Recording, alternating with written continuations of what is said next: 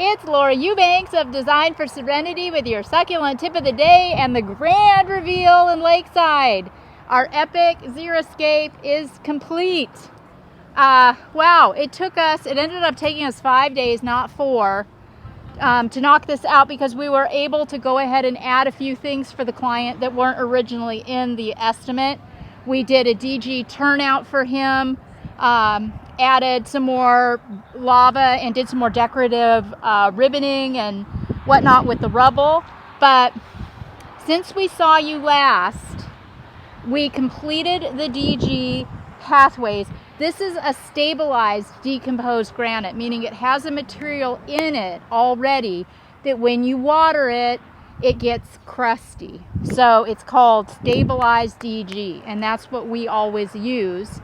We finished our flagstone pathways. They look so beautiful, and we ended up adding a lot more rubble than we had originally anticipated, but it just looks so finished. The client also is thinking about rain. I know it's California and that never happens, but if it does, sometimes it can be a deluge. And based on this property and the grade or the slope, you know, in the front, everything kind of goes this way. So we're trying to be mindful of that in terms of where we staged our mounds. These elevated mounds with the soil absorb water literally like a sponge. I mean, it's just amazing. And the client also brought in more rock rubble for the edge of the property in the hopes of catching runoff. Sometimes with DG, if you get a lot of rain, you can get rivulets through it that you have to rake and smooth out after the rains have passed. So you'll want to be mindful of that depending on where you live and what you're dealing with in terms of rain. This is where a dry stream bed can come in very, very handy too for some of you in some areas.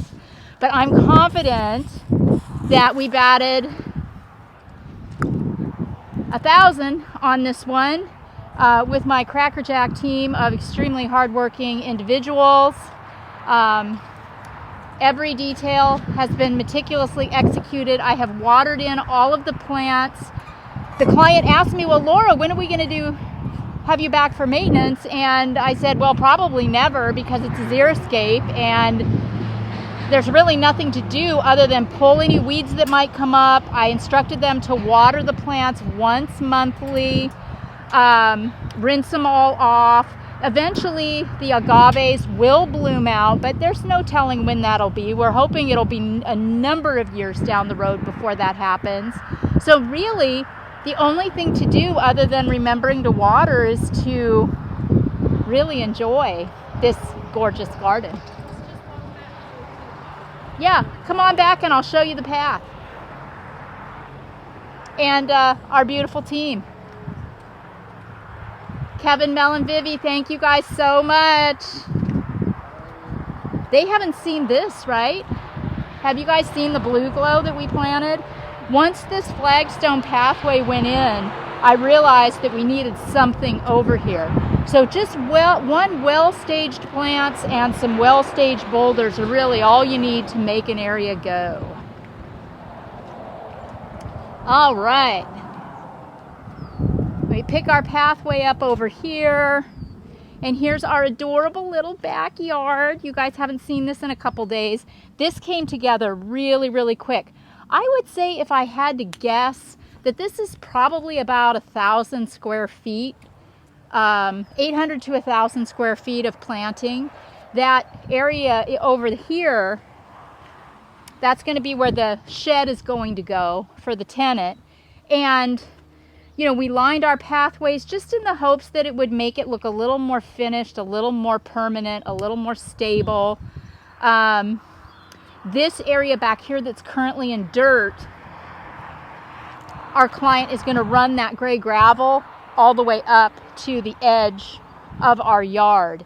And then, as I've told you, this area that's currently in weeds will be a dedicated cactus garden someday.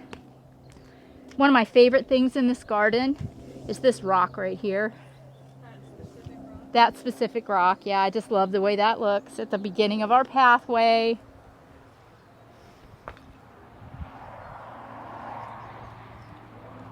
So I also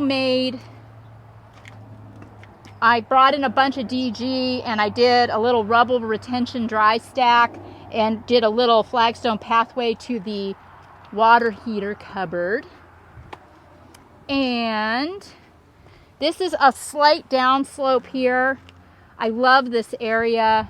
We've got our beautiful fence post, our gorgeous aloe ferox, and you know, more rocks than you can shake a stick at. I mean, we brought in 20 ton and the client must have brought in at least that much more. There's just, you can't, especially in a Xeriscape, you can never have too much rock. I am so pleased with this installation and how it turned out. And I hope that it has inspired all of you as well to maybe consider a Xeriscape in your yard if it's appropriate to do so. None of these plants will tolerate hard freeze. So you need to be in a somewhat Mediterranean climate in order to pull this off. But yeah, next up for us is the succulent undersea coral reef, which of course is a complete 180 from what we've done here. I appreciate all of you so much. A little update on our Pride campaign. It's going fantastic. Thank you all so much for your support and for purchasing our drip. 50% of the proceeds, of course, go to Equality California. So we're excited to write them a check and to reveal at the end of the month how much we're going to be able to donate thanks to your generosity. Thank you for subscribing, joining, sharing this video, and we'll catch you on the flippity. This has been Laura Eubanks of Design for Serenity, tripping over rubble and reporting from Lakeside, California with your succulent tip of the day and grand reveal. Bye, guys.